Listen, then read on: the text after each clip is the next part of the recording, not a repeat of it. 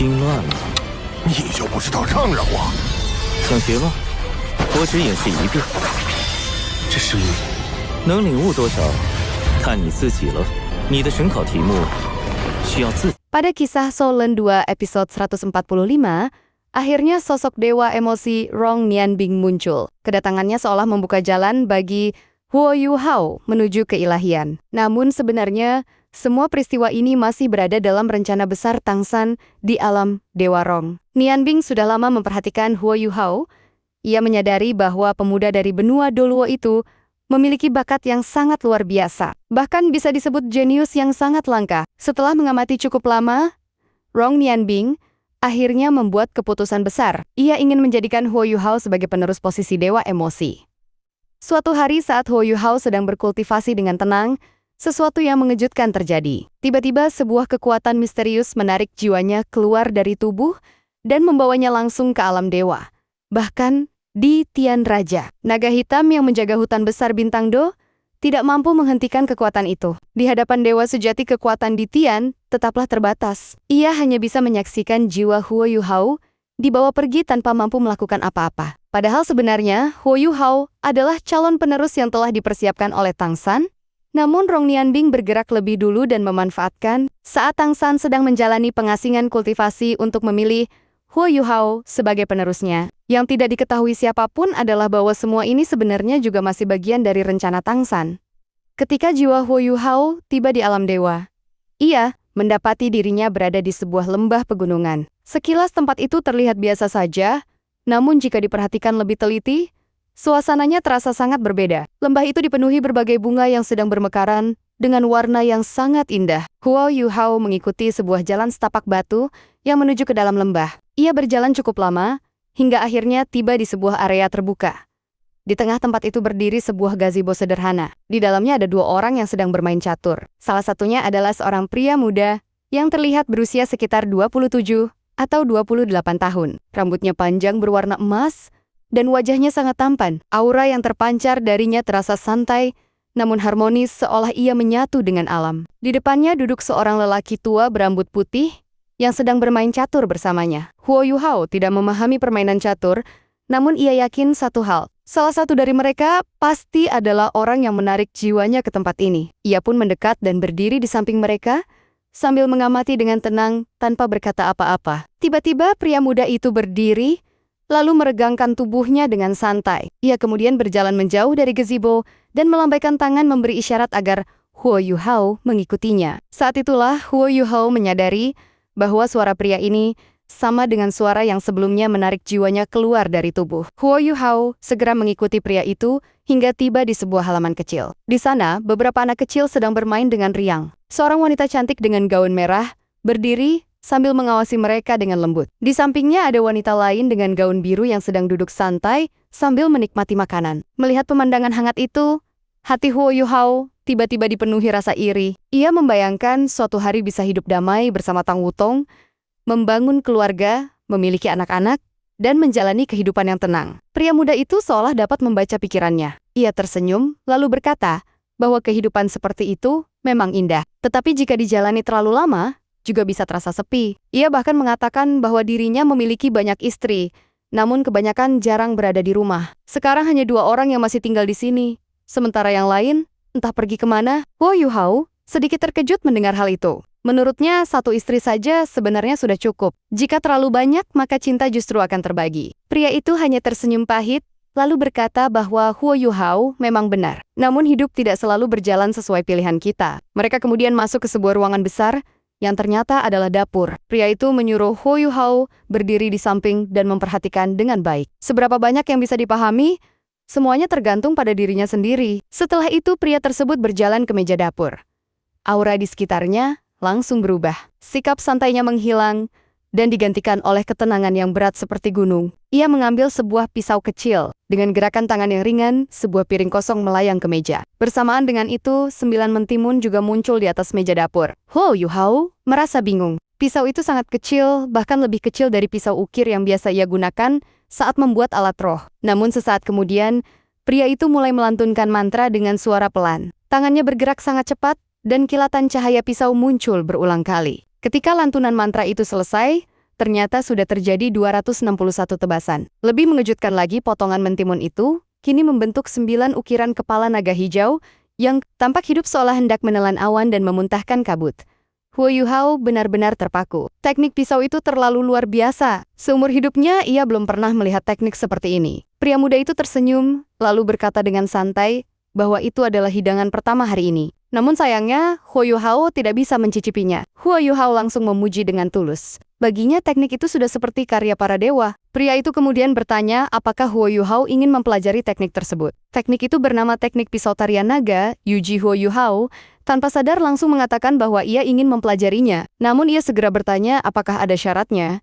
Pria itu mengangguk. Di dunia ini tidak ada makan siang gratis. Ia menunjuk hidangan di depannya, lalu berkata bahwa hidangan itu bernama 9 naga hijau menembus awan es. Kemudian ia menatap Huo Yuhao sambil tersenyum tipis dan mengatakan bahwa syaratnya sangat sederhana. Jika Huo Yuhao ingin mempelajari teknik pisau itu, maka ia harus mewarisi posisi dewanya. Mendengar kata itu, Huo Yuhao langsung terkejut. Akhirnya ia menyadari bahwa pria di depannya bukan manusia biasa. Dia adalah seorang dewa sejati, dan tempat ini adalah alam dewa.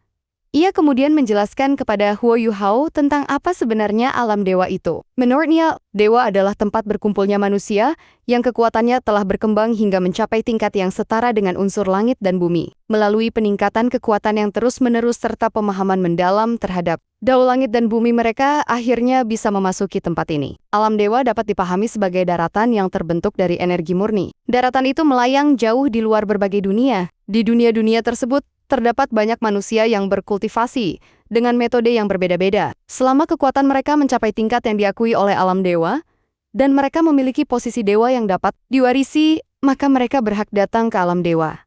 Namun wilayah alam dewa tidaklah tak terbatas. Tempat ini hanya mampu menampung jumlah dewa yang terbatas. Karena itu setiap dewa harus memiliki posisinya sendiri. Pergantian posisi dewa bisa terjadi dalam beberapa keadaan. Misalnya ketika seorang dewa gugur dalam proses mengejar dao langit dan bumi. Atau ketika seorang dewa secara sukarela melepaskan posisi dewanya untuk pergi ke dunia yang lebih jauh demi mencari dao yang lebih luas. Pria muda itu berkata bahwa dirinya berada dalam situasi seperti itu. Ia berniat menyerahkan posisi dewanya kepada orang lain. Ia menjelaskan bahwa alam dewa mereka saat ini mengawasi 108 dunia. Dunia tempat Huo Yuhao berasal, yaitu benua Doluo, adalah salah satu dunia dengan energi tinggi. Di dunia seperti itu sangat mudah muncul makhluk yang mampu memahami dao langit dan bumi hingga mencapai tingkat dewa. Di alam dewa juga terdapat Dewan Alam Dewa. Dewan ini dipimpin oleh 2 dewa raja dan 3 hakim agung. Di bawah mereka terdapat para dewa dengan kekuatan tertinggi yang disebut dewa utama yang jumlahnya ada 32. Pria muda itu adalah salah satu dari 32 dewa utama tersebut. Karena itu, jika Huo Yuhao mewarisi posisi dewanya, maka itu sama sekali bukan kerugian bagi Huo Yuhao. Huo Yuhao kemudian mengajukan pertanyaan lain yang selama ini membuatnya penasaran. Ia bertanya mengapa para roh jiwa di benua Doluo tidak dapat menjadi dewa. Pria muda itu tersenyum, lalu menjelaskan dengan sabar. Menurutnya, bagi makhluk buas atau roh jiwa, berevolusi hingga menjadi dewa jauh lebih sulit. Hal itu bukan karena alam dewa sengaja menolak mereka, melainkan karena pemahaman mereka terhadap dao, langit dan bumi tidak cukup. Sebagian besar makhluk buas lahir dengan kecerdasan yang sangat rendah. Hanya ras tertentu seperti ras naga yang memiliki kecerdasan tinggi sejak awal. Namun bahkan bagi ras naga, kecerdasan mereka tetap membutuhkan waktu untuk berkembang sepenuhnya. Akibatnya, saat mereka baru lahir, mereka tidak mampu menyerap energi bawaan langit dan bumi dengan baik. Ketika kemudian mereka mulai berkultivasi, kekurangan itu sudah menjadi batasan yang sulit diatasi. Manusia memang memiliki usia yang jauh lebih pendek dibandingkan makhluk buas. Namun manusia dianugerahi kecerdasan sejak lahir. Kecerdasan itu, jika dipadukan dengan energi bawaan langit dan bumi,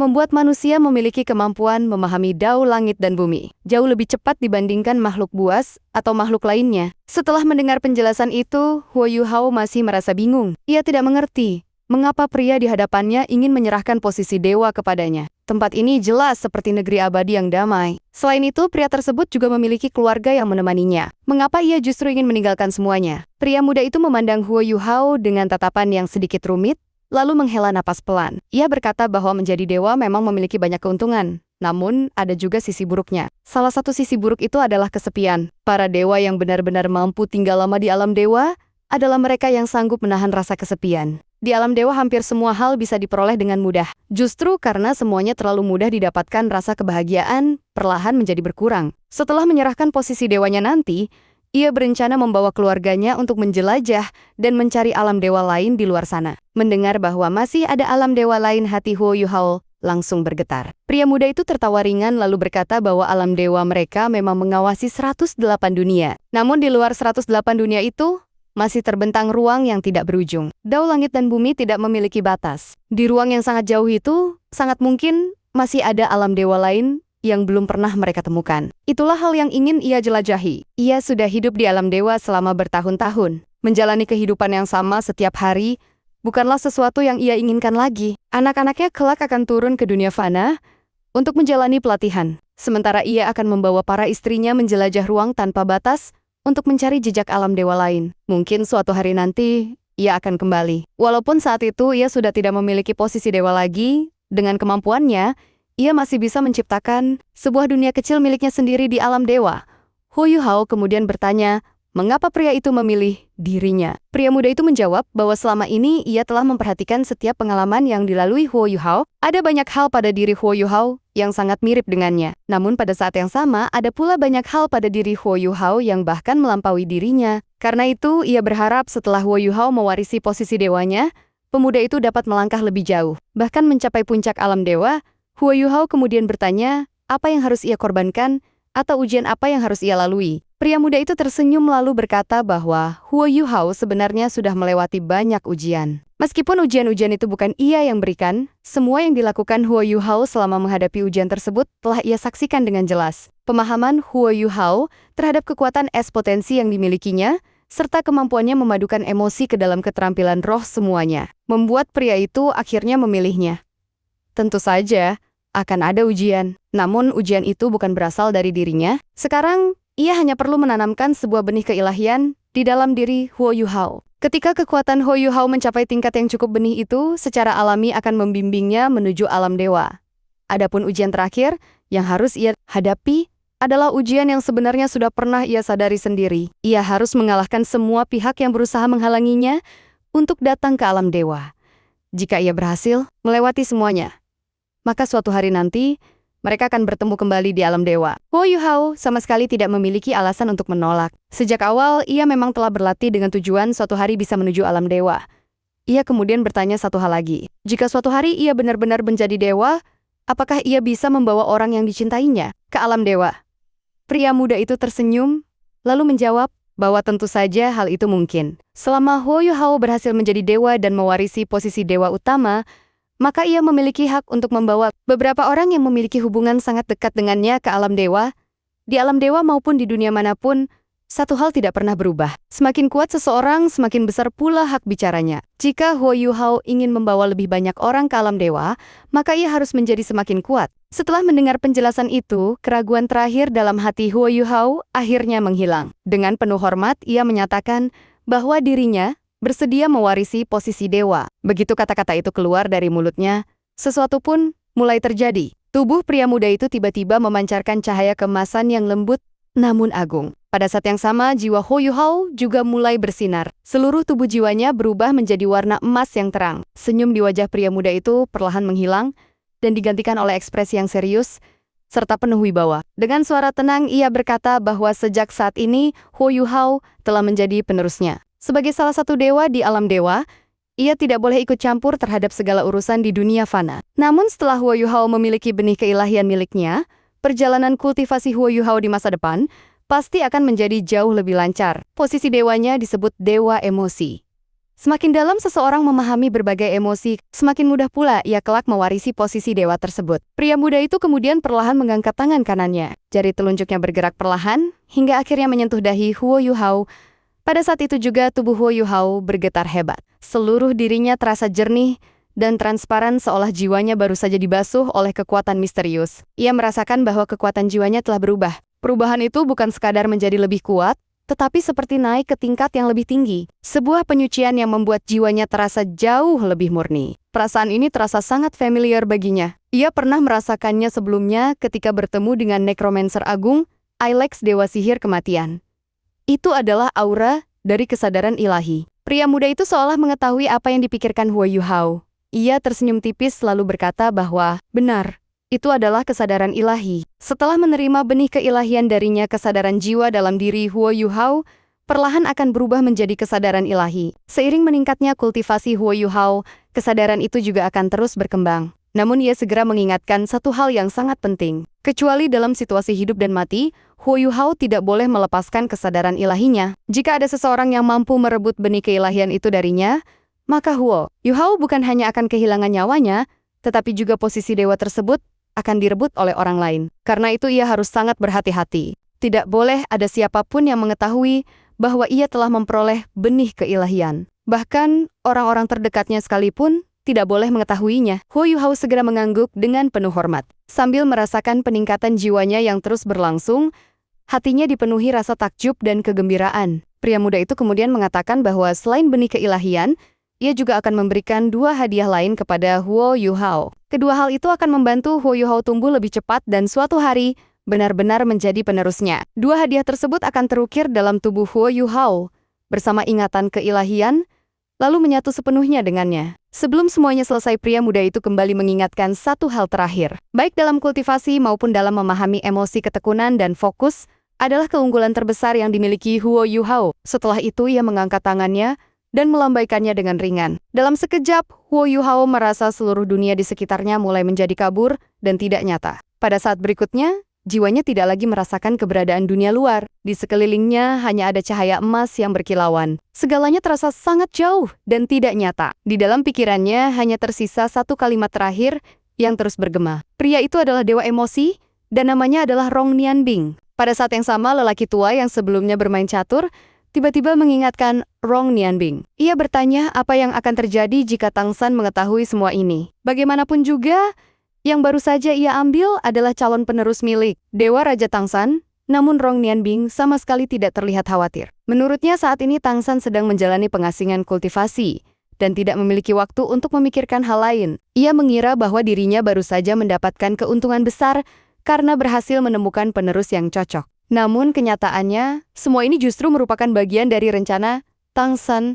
Tang San sebenarnya telah merasakan bahwa alam dewa akan segera menghadapi sebuah bencana besar. Karena itu, ia membutuhkan dukungan Rong Nianbing. Dengan membuat Rong Nianbing merasa berutang budi, Tang San dapat memintanya tetap tinggal di alam dewa selama 30 tahun lagi untuk membantu menghadapi bencana yang akan datang. Sementara itu, ketika Huo Yuhao kembali sadar, ia mendapati dirinya masih berada di tempat yang sama. Ia dan Tang Wutong masih sedang menjalankan kultivasi gabungan dengan memadukan kekuatan roh mereka. Di tengah emosi cinta yang kuat di antara mereka, kekuatan Haodong yang mereka miliki tampaknya kembali meningkat. Di dalam aliran energi cair yang berputar deras pusaran cahaya emas, kini jumlahnya menjadi 2 kali lebih banyak daripada sebelumnya. Meskipun pusaran itu tidak dapat memampatkan kekuatan roh sebesar inti roh, namun kapasitas kekuatan roh yang dapat mereka tampung menjadi jauh lebih besar. Energi roh mereka terus meningkat seiring proses perpaduan yang berlangsung. Huo Yuhao kemudian teringat pada pengalaman yang baru saja dialaminya. Pemuda berambut emas itu, lembah yang seperti negeri abadi gazebo di tengah lembah, serta posisi dewa emosi. Semua itu terasa begitu nyata. Namun apakah itu benar-benar terjadi? Atau hanya sekadar ilusi? Jika semua itu nyata, maka peristiwa tersebut benar-benar terlalu luar biasa. Bahkan Titian Raja Roh Jiwa yang sangat kuat pernah menggunakan sisik naga terbaliknya untuk menyegel dirinya. Namun ketika seorang dewa sejati turun tangan di Tian, bahkan tidak memiliki kemampuan untuk menghentikannya, Huo Yuhao kemudian menenangkan pikirannya dan memusatkan kesadarannya ke dalam aliran kekuatan rohnya. Ia mencoba merasakan setiap perubahan yang terjadi di dalam tubuhnya. Tidak lama kemudian, ia terkejut menemukan sesuatu yang aneh. Alasan mengapa kekuatan Haodong antara dirinya dan Tang Wutong menjadi semakin padat dan kuat, serta pusaran energi yang sesekali muncul untuk memadatkan kekuatan roh, ternyata bukan karena metode kultivasi mereka berubah, melainkan karena kekuatan roh itu sendiri telah berubah. Huo Yuhao menyadari bahwa dalam kekuatan Xuan Tiangong miliknya, kini muncul lapisan cahaya aneh. Cahaya itu tampak seperti mimpi.